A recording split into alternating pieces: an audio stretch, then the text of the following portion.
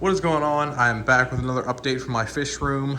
I spent pretty much all weekend ripping these tanks down and cleaning them out and changing them up a lot. So I hope you guys like this video and let's get to it. So basically we've got, let's start on the top left. I basically took all these tanks and took them out, took the rock out of them, except for that one. There's still a little bit in there because my daughter threw some in there. And painted the bottoms and the backs like a nice blue color. I think it looks really nice. And the plecos kind of stick out now more than before. You can't see any of the wires behind there.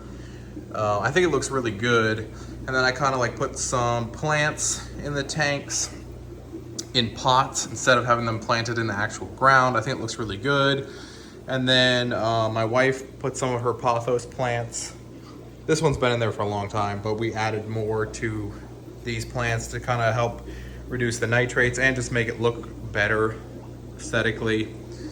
And then I found this really cool idea from another YouTuber, Foisey Aquatics, or Foisey Aquatics, Foisey Aquatics.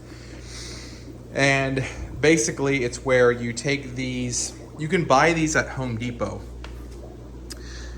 It's like a 12 by 24 type, it's slate, it's actual slate, it's called like Montauk Black. I'll add a video of me explaining at the end of the video like where to buy it.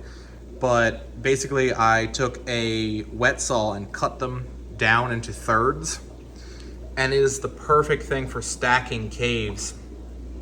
I think it looks awesome. You can put the wood on top. I've got the rocks on top of the wood just until it sinks. But I think it looks really good, and it gives the plecos like more, they like to like hang out in between the caves now. And I think it looks really good. Especially with like the painted background, the painted bottom, and the driftwood, and I'm gonna add more plants as well in the pots. And they're super easy to clean now, the tanks are. So like before I'd have to, like this tank, I ran out of paint, so I haven't done this one yet. I would have to gravel back all the rocks and it still wouldn't be 100% clean. So it does look nice with the rocks, but I think that this is like way more practical for what I'm doing, like the breeding tanks, even though I do like to watch the tanks, and I'm a hobbyist first. But this is my wife's Stirbe Corridora tank, and you can see all the babies now. An issue we were having was like it was super hard to like see like how many babies we had in here when it had rock in it.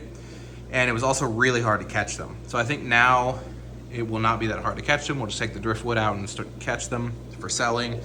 And now we can kind of get a better idea of like how many we have in there. And they don't seem to mind at all that there's no rock. I put a coconut hut in them for them to chill in. They've got this big piece of driftwood to hide under. And they love the plants too. They're always on the roots and whatnot. So, and then up here we have the Super Red tank with my beautiful Super Reds. And I think it looks really good. Definitely like much easier to clean, much easier to see what's going on in there now. And you know, I'll use the rocks for something else, I'm sure. And here's my Sultan tank. I just had the background on this one already. I may take this one down and paint it, but it's kind of the same color as the other ones. And I always leave the light off on this one anyway for them. They just get the room light because they never come out if the light's on. But yeah, this is a basic update. Just wanted to show you guys what was going on in the fish room. Here's another look from back here. And I think once I get that last one painted on the right, I probably will paint the Sultan tank as well, just to make them all look uniform. They're actually all the same color, just this one over here, I have a lot of like alder cones and leaves, Indian almond leaves in there. So here's my beautiful snow white male hanging out in his cave with the 24 karat guppies. They look really nice as well. And then we'll take a quick look in these tanks too. So we got Super Reds, Snow Whites in this one. I believe that's, yes, Snow Whites in this one as well. And then I believe these are my Yes, these are my lemons, munching on some green beans. So I do sell all of these fish, and I do ship as well, if you didn't know. So you can message me on YouTube. You can go to I have a Facebook page, Garrett Family Aquatics, and then I also am on Band app. That's where I'm mainly on, is a Band app. You just download the Band app and you can search Garrett Family Aquatics. And you can also email me at garrettfamilyaquatics@gmail.com.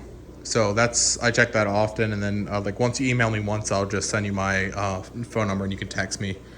Ask me as many questions as you like, or you can make an order. It's just, I'm not just going to put my phone number out there for everybody, but once you email me and say you're interested, we can do it that way as well.